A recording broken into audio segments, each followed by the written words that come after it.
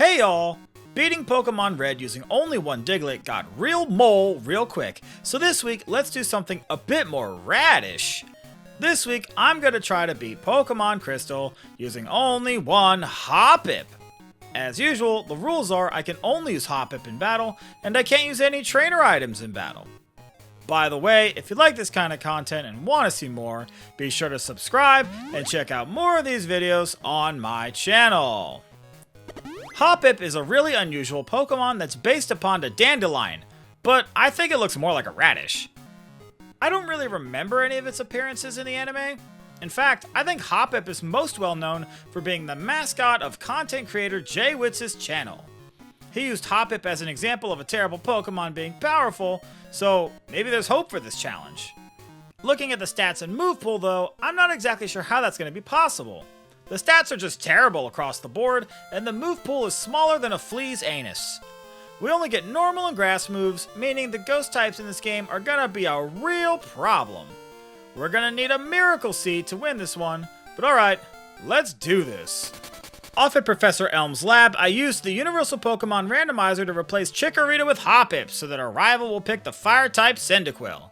This will make things as hard as possible. And you know how people always say that picking Chikorita in this game is built-in hard mode? Yeah, now imagine Chikorita was worse in every conceivable way.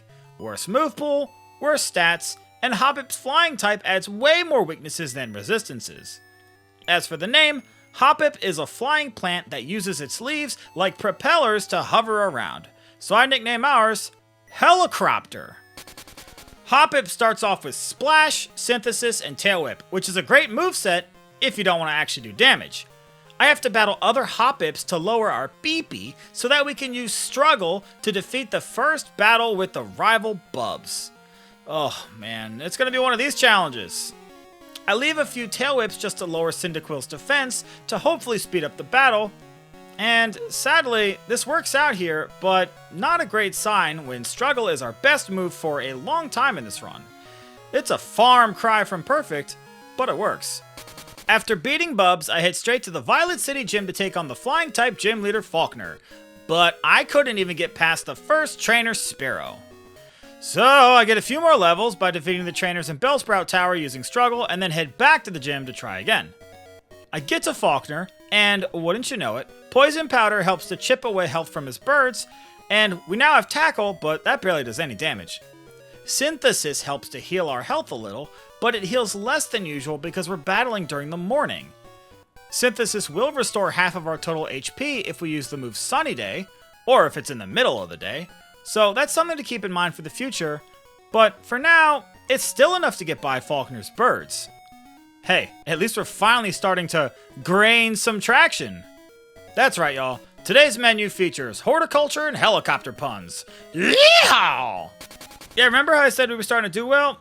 I spoke too soon. Before I can take on Bugsy, the bug-type gym leader at the Azalea Town Gym, first I have to defeat Team Rocket in the Slowpoke well. And I normally omit this portion of the game from the video, but Hoppip actually struggled to defeat the Coughing at the end of the well. In fact, the only reason we won was with Sleep Powder, which is still only 75% accurate. This is a perfect indicator of things to come, and believe me, it hurts me to know just how much worse things get in this run, since I really want Hoppip to do well. I mean, call me biased, but I do have a harvested interest. After defeating Team Rocket, I head to Azalea Town to take on Bugsy, the bug-type gym leader. And don't worry, I beat him on the first try, but that's not exactly great news. You see, Hoppip has a really great combo of moves here with Sleep Powder and Leech Seed. This lets me put threatening Pokemon to sleep and chip their health each turn while healing back small amounts of damage. Hoppip's final evolution Jumpluff actually has a competitive niche because of these moves. But the problem here is that even a single Pokemon takes forever to knock out using this method. It's literally like watching a seed sprout into an onion. And it's not exactly like I have any other options either. It's either that, or we try to win with just the raw power of Tackle, and yeah, that's not going to propel us to victory. And look, I can already hear the keyboard warriors furiously typing away about how Sleep Powder is cheap, but I don't see any other way to make this work. I genuinely believe that without Sleep Powder, this challenge is not possible. At least, not within the span of one human lifetime. After beating Bugsy, I have to take on the rival Bubs once again. His team now leads off with a Ghastly, which means we can't use tackle chip damage to speed up this process. Oh no. Leech Seed is the only way that we have to damage this pesky Poltergeist. Quick math, since Leech Seed does 1/16 of the opponent's maximum HP, we have to wait 16 turns for Ghastly to go down, at least. And thank goodness Bubs never switches Pokemon either, since that would remove the effect of Leech Seed and make this whole process take even longer. Yeah, if you look at the average length of my videos, and then you look at this video's length, you already know I'm in for a world of pain. Leech Seed knocks out Ghastly, while Hoppip is still asleep from hypnosis, so Kalava gets to come out and do big damage with Ember. Thankfully, our Sleep Powder and Leech Seed combo is really effective this early in the game. Plus, if we get really low on health, Synthesis helps to make up the difference. Still, I really wish I had a better move than Tackle to round out this moveset. That's the thing about Hoppip's move pool. It's not necessarily bad, it's just limited. But there's a kernel of potential in there somewhere. More on that later. Alright, next up is the Goldenrod City Gym and the battle with Whitney's Miltank, and guess what happened here? That's right, I repeatedly lost this battle.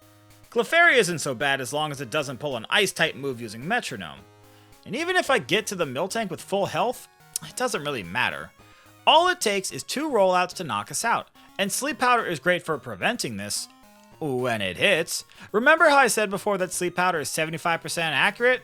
Sure doesn't feel like it sometimes. Plus, even when I get close to knocking out Miltank with Leech Seed and Tackle, she heals half of her health with Milk Drink, which is super cool. When I do eventually win, it's thanks to a combination of critical hits and longer strings of sleep turns, which prevent the bovine behemoth from drinking dairy. I suppose in hindsight I could have used Return over Tackle, but then I'd have to get Hoppip's friendship up high enough for the lady at the Goldenrod City department store to give me the TM.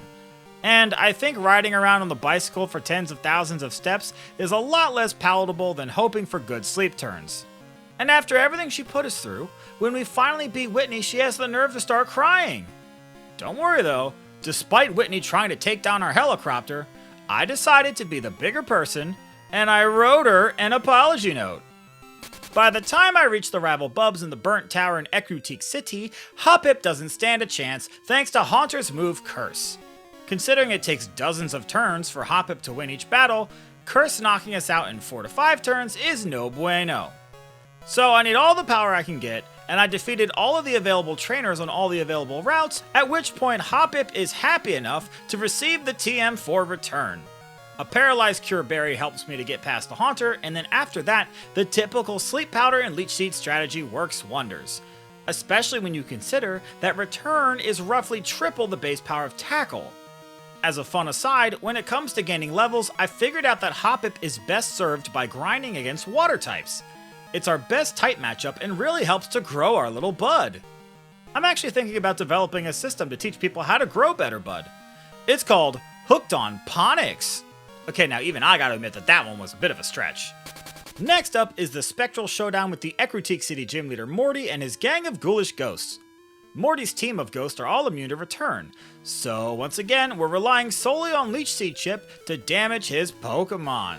At level 30 we finally learned Mega Drain, which is nice for the rest of the challenge, but barely helps here. Still, I replaced Return for now since I could always get another TM for it from the department store if I need, and I still think Synthesis is useful enough to keep for now. Hey, remember at the beginning of the video when I mentioned that ghost Pokemon are a real problem for Hoppip?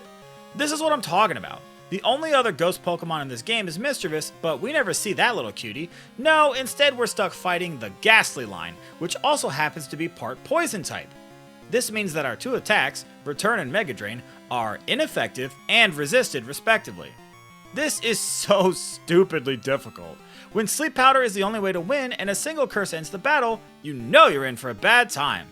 Speaking of cheap sleep tactics, Morty's Gengar puts our little Hoppip to sleep and then eats our dreams.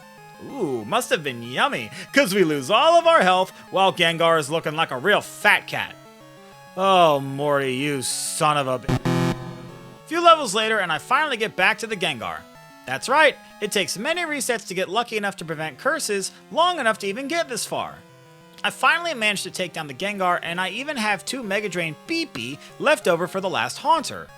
I'm sweating bullets though as I try to prevent the Haunter from using Curse, especially since I'm almost out of Mega Drains. But as soon as I get the Haunter to half health, I breathe a sigh of relief, knowing that a Curse would knock it out, so we've all but guaranteed a victory.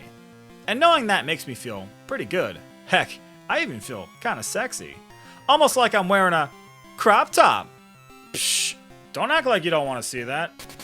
Now that we can finally use Surf outside of battle, I set sail from Olivine City and head to the Cianwood City Gym to take on the fighting-type gym leader Chuck. And for once, Hoppip actually has a pretty relaxing battle.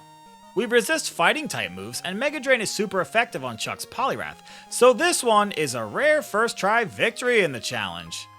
After beating the battle, we get the HM for Fly from Chuck's wife, and I immediately teach it to Pidgey. Yeah, if only Hoppip could learn Fly. That would pair so well with Leech Seed to rack up extra chip damage and healing. Plus, if Hoppip could actually fly, then I could say, "Get to the cropper!" After beating up Bad Luck Chuck, I fly back to Olivine City to take on Jasmine, the Steel-type gym leader. And now that we have access to Fly, getting back across the ocean is just a Hoppip, Skip, and a jump away. Wait a minute. Hoppip, Skiploom, and a Jumpluff away. Is that where the names come from? Oh man, I'm either an idiot or a genius. You decide in the comments. Alright, anyways, let's get ready for a super exhilarating battle. The 2 Magnemites can one-hit KO us with Thunderbolt, so obviously, we've got to put them to sleep. And even the Steelix can do most of our health with the sheer power of Iron Tail. So, you already know the drill. Sleep Powder, Leech Seed, Mega Drain, rinse and repeat. Oh, I'm sorry. Is your attention starting to slip? Are your eyes starting to glaze over? Well, you might think this is tedious to watch, but just imagine how tedious this was to play! And keep in mind, I'm mostly only showing you the successful attempts. I'm not even showing you the plethora of times that we got zapped by Thunderbolt or smashed by Iron Tail. And it's only after using a Pokemon as frustrating as Hoppip that I start to wonder what I must have done to piss off all the people in the comments suggesting a Pokemon like Ditto. Do you want to see a grown man cry? Because that's how you get a grown man to cry. Well, after beating Jasmine, I head towards Mahogany Town to take on Price, but first I have to deal with this Team Rocket hideout in town. I usually cut this part from the video, but here it's really important to point out just how much I struggled with this section. Yeah, I know. Team Rocket have a ton of poison Pokemon that resist Mega Drain and hit hard with super effective poison type attacks. And I don't have Return anymore, so I'm stuck trying to beat the Team Rocket executive here using only grass moves, when she has multiple strong poison Pokemon. Her Gloom is especially problematic. Being a grass type, it is unaffected by Leech Seed and it double resists Mega Drain. So I usually run out of Mega Drain Beepy before I even get close to knocking it out. So yeah, I just can't get past it. And that's despite the fact that we're level 40. I have to grind all the way to level 50 just to make it past this Gloom. And it took almost all of our Mega Drain Beepy, meaning I had to defeat the Arbok and Murkrow using only Leech Seed. And you might be wondering, why didn't I just use another TM for Return to help here? And there's 2 reasons for this. Firstly, I'm thinking ahead in the run and realizing that I'm going to need extra levels and stat experience anyways. Secondly, this gives me a chance to clear out all the available trainers in the game and collect a bunch of extra money that I'll be needing to buy vitamins later in the run. The money balancing in this game isn't great, and I'm not just going to wait around for the system to fix itself. After all, we can't just rely on sickle-down economics, we need more grassroots change. Farming jokes are harder than I expected. Now that we're done with that, I head to take on Price, the Ice-type gym leader. Hoppip is double weak to ice moves, so this one was a struggle even when you consider our large level advantage. Dugong hits super hard with Aurora Beam, and Piloswine's Blizzard is a straight-up one-hit KO. There's no beating around the flying bush with this one. This battle is bad. I managed to win after a few tries, so while this isn't the worst of all the battles we've done thus far, it does highlight a few axioms that I have discovered using Hoppip.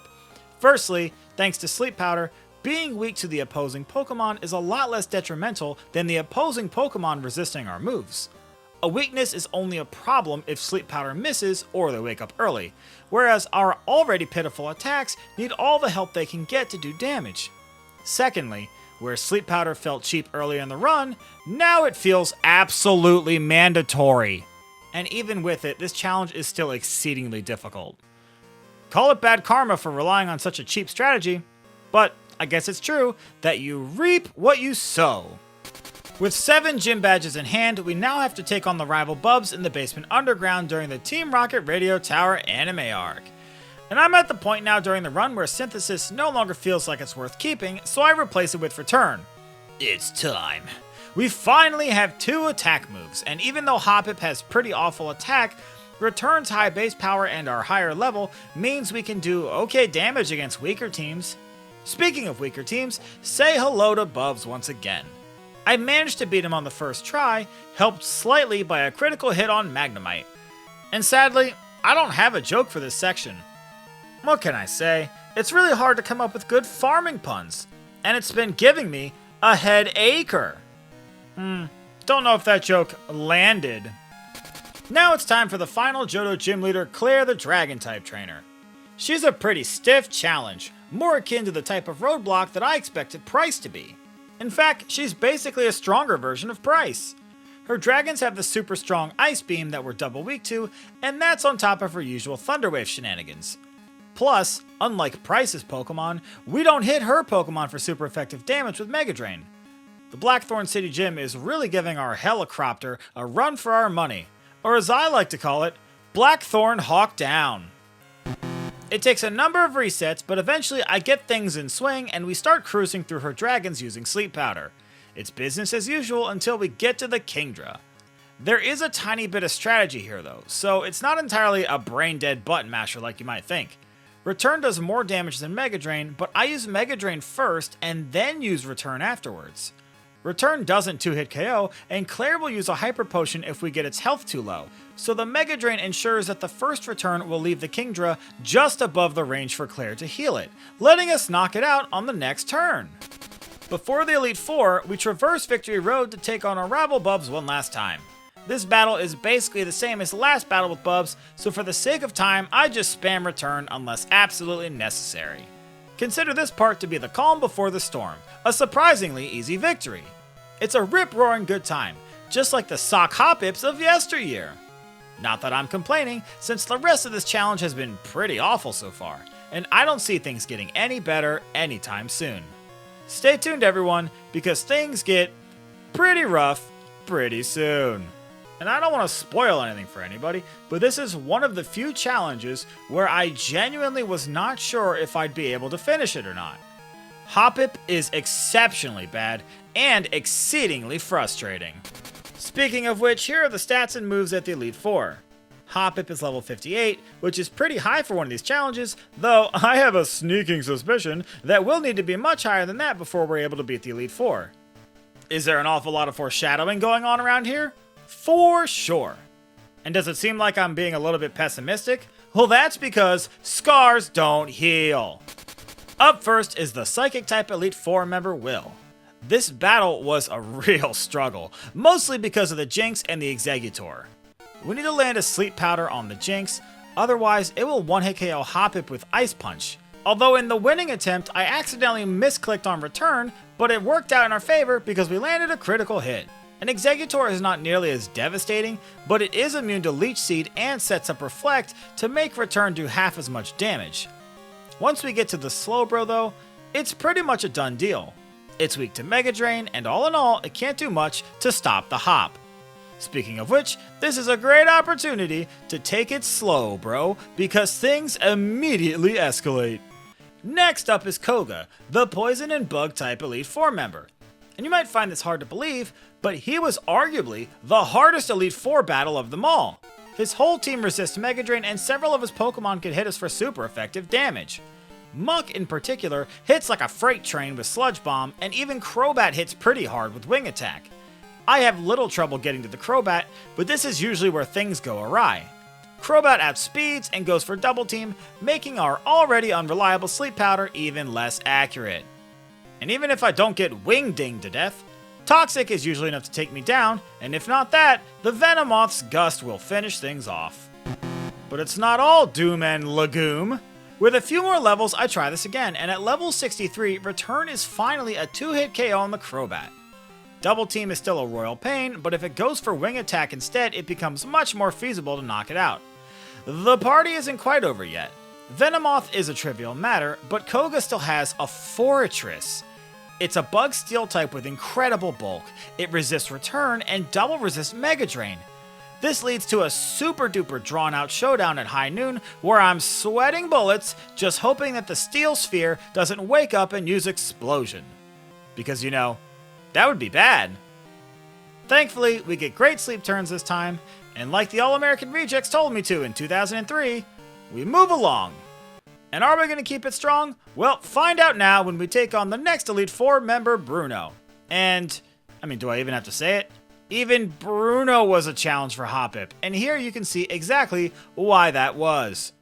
Hitmontop can only damage us with Quick Attack, but Hitmonchan knows Ice Punch. Hitmonchan has very weak special attack, but a double super effective move is a double super effective move. Onix sinks asunder with a single Mega Drain, but then the Machamp comes out, and we continue to demonstrate Sleep Powder's unreliable accuracy, as Machamp gets several free chances to use the super effective Rock Slide. A perfect example of how the flying type adds nothing offensively to Hoppip and only serves to give it more weaknesses.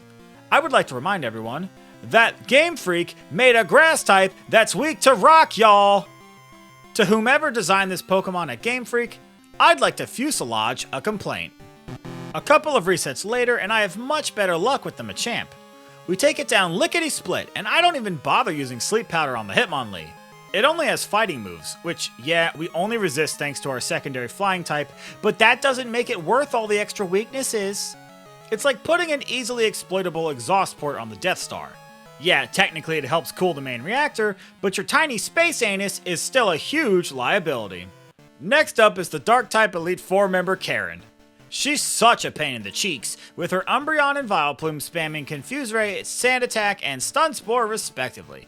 I tried this battle with both Miracle Seed and Bitterberry, and the Bitterberry ended up being more practical to heal Confuse Ray.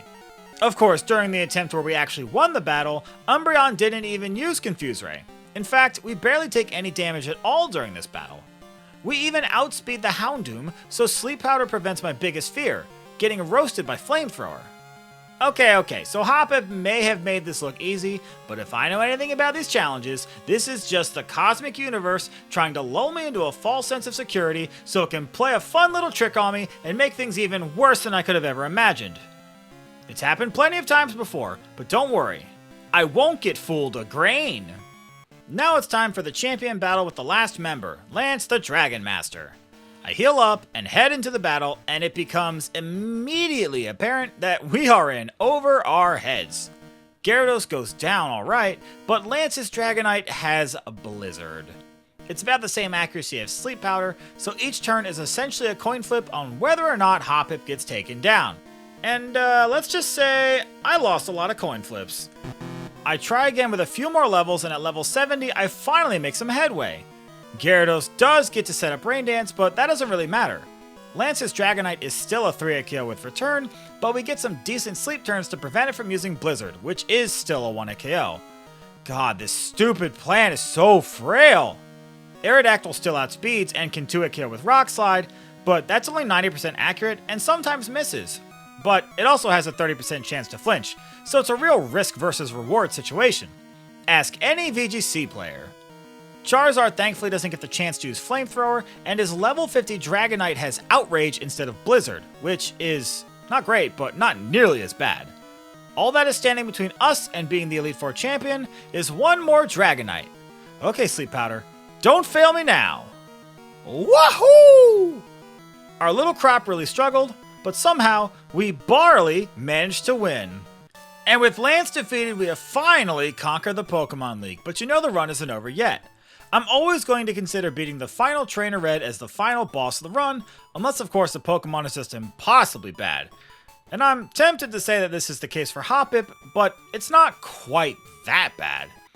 I set sail upon the SS Aqua to head over to the Kanto region to take on their 8 gym leaders to acquire all 16 badges to earn the right to challenge Red atop Mount Silver. And the first 7 gym leaders were not really worth talking about, so now it's time to take on the final Kanto gym leader, Blue. This battle has a few sticking points. Pidgeot can do some damage with Wing Attack, and we can't Leech Seed the Exeggutor to heal, and it can Egg Bomb for decent damage. The real stickler is that Arcanine. It knows Flamethrower, which we can barely survive, but even if we do survive, it knows the priority move Extreme Speed, which will move first and pick us off. Okay, so let's just put it to sleep, right? Yeah, that works when Sleep Powder hits, but even when we do, Blue has a couple of full restores to put us right back to square one. Once we knock it out though, I managed to finagle my way through the rest of Blue's team very carefully with Sleep Powder and Leech Seed. Plus, it helps that Rhydon is a massive Mega Drain target to heal back our HP. Okay, so that wasn't too terrible, but you already know what's about to happen next. Still, I'm trying to stay positive. Just one more victory, and then we're gonna rock around the crop tonight. With all 16 badges in hand, it's time to take on the final trainer, Red, atop Mount Silver. I very hesitantly approach Red upon the dais, knowing full well I just need to go ahead and rip off the dang band-aid already. Okay, so here we go. I head right into the battle, and... well, would you look at that? Pikachu paralyzes us with Thunder. Oh, and Red uses full restores too. Oh joy! Well, that sucks. Although it's actually better than getting hit with a Charm, which turns our attack down. And I'm trying to turn up. Okay, so at level 80, I'm trying this again, and it takes forever to get an attempt where Pikachu either misses with Thunder or misses its Charm, and Thunder hitting is fine if it doesn't paralyze, but remember, Charm halves our attack and necessitates an immediate reset. Not that it matters though, since the Charizard comes out next, outspeeds, and 1-hit KOs with Flamethrower. Suffering Succotash! Alright, so this has gotten really ridiculous, so let's just skip ahead to the part of the video where we actually stand a chance. Do you have any idea just how much time I spent leveling up? Take a wild guess at what level we had to get to for this to be even feasible. Final answer's in now. Level 95. God, I love this game! At this level, we outspeed and 1-hit KO Pikachu with Return, but the Charizard is still another story. We still can't outspeed, but at least we can survive Flamethrower and put the Lava Lizard to sleep. I mean, that's something. Return is a 2-hit KO with Leech Seed damage, and the combination of Leech Seed and Leftovers heals back a good portion of the damage we've taken. Espeon comes out and lands a huge Psychic, but we land a Sleep Powder and use that incredible combination of Leech Seed and Mega Drain to heal ourselves back to full health. Snorlax can be problematic with Body Slam, and even when we put it to sleep, it can still attack us with Snore. The good news is that Snorlax's HP stat is so high that Leech Seed heals back a huge portion of our health. Venusaur only has Solar Beam, so it can't really touch us, but Red's last Pokemon is a Blastoise. Okay, we just gotta hit a Sleep Powder, and Mega Drain will finish things off. And of course we miss. And of course Blizzard hits! Okay, no more Mr. Nice Guy. Level 100, let's go baby, time to tango! I had to do all of that same crap once more, and I finally get back to the Blastoise, so I just need to put it to sleep. Oh god, no, I misclicked. Oh no, crap, oh crap, I misclicked. No, no, no, no, no, no, no, no, no, no. Oh, come on. Our little Helicopter's bad enough already, so it doesn't help when we parachute ourselves in the foot. Not the only thing I want to parachute at this point. Okay, a half an hour later, and I finally do what I'm supposed to win the battle, and finally, it's over. Our Radish has defeated Red, and I can't believe it. And with that, the challenge is over. This one was up there as easily one of the worst challenges I've done so far. There's no sugarcoating this one. I really hated this. Not only did we have to get to level 100, but even then we struggled despite using the cheapest strategy imaginable. Seriously, with the amount of sleep spam required to beat this challenge, Hoppip may as well be considered a Daikon Darkrai. Bad move pool, bad typing, bad stats. My goodness, Hoppip has a lot of holes to patch up. Then again, maybe that's why they call it Apache Helicopter. As always, I want to thank you for making it to the end of this video. These videos are a lot of fun, but also a lot of work, so I really do appreciate it. There's a playlist on my channel where you can find the rest of my Pokemon challenge videos if you want to check those out as well. And if you like this kind of content and want to see more, be sure to subscribe and enable notifications so you'll know right away the next time one of these episodes is uploaded. And if you want early access to these videos and to have your name listed in the credits, consider becoming a member or joining on Patreon. And if you have a Pokemon you want to see, post your suggestions in the comments below and I'll probably do it. Next week is Thanksgiving, so we'll be cooking our goose by heading back to Kanto to beat Pokemon Red using only one Pidgey. I know it's a pigeon, but its sprite is so bad in that game, it looks more like a turkey. Anyways, until next time,